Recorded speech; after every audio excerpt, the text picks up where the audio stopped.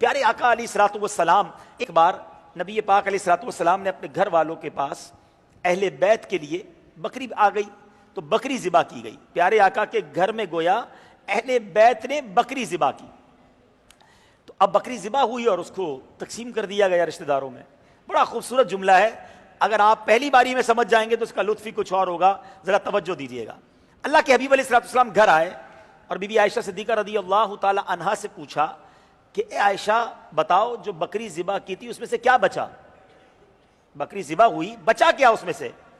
تو be be عائشہ کہتی ہیں حضور کاندھے کے سوا کچھ نہیں بچا, سب بانٹ دیا انہوں نے غریبوں میں, رشتہ داروں میں, کاندھے کا گوشت بچا لیا تھا. سبحان اللہ. نبی پاک علیہ الصلوۃ والسلام نے کیا فرمایا؟ فرمایا اے عائشہ کاندھے کے سوا سب بچ گیا ہے. سمجھ آئی بات؟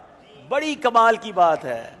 جو بٹ گیا ہے وہ بچ گیا ہے, جو باٹا نا وہی بچا ہے. کاندھے کے سوا سب بچ گیا.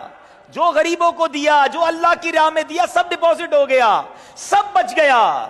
میں کہتے جیب میں کتنے بچے ہیں, اکاؤنٹ میں کتنے بچے ہیں, زکوٰۃ دے کر صدقہ دے کر میرے پاس کیا بچے گا؟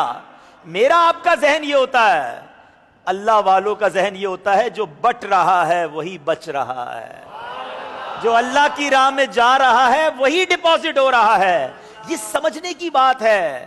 اللہ کرے یہ ذہن بن جائے. بعض لوگ بڑا گن گن کر خرچ کرتے ہیں کہ کبھی جاؤ نا کسی کے پاس, یار اللہ کی راہ میں خرچ کرو, بھائی ہم نے زکوٰۃ دے دی رمضان میں, اگلی رمضان میں آنا ہے. مسجد کی تعمیر ہو رہی ہے, بھائی ہم نے جتنے دینے تھے دے دیے, ختم. اسٹاپ نہ لگاؤ. بتاؤ نا جو دکاندار ہیں بیٹھے ہوں گے یہاں پر, آپ کا ₹1,00,000 مہینے کا خرچہ ہے, 4-5 تاریخ کو کتنا کاروبار ہو گیا کہ ₹1,00,000 پورے جمع ہو گئے. آپ تالا لگاتے ہو دکان کو کہ چلو بھائی اب نہیں کرنا, اگلے مہینے پھر آئیں گے, اس مہینے کا تو اللہ نے دے دیا. بندہ کہتا نہیں اور آنے دو, دکان تو کھولیں گے, روز کھولیں گے, زیادہ آنے دو. آنے والا راستہ بند نہیں کرتے تو جانے والا کیوں بند کرتے ہو؟ حدیث پاک کا مضمون ہے اے ابن آدم گن گن کر خرچ نہ کرو ورنہ وہ رب کریم بھی تمہیں گن گن کر عطا فرمائے گا.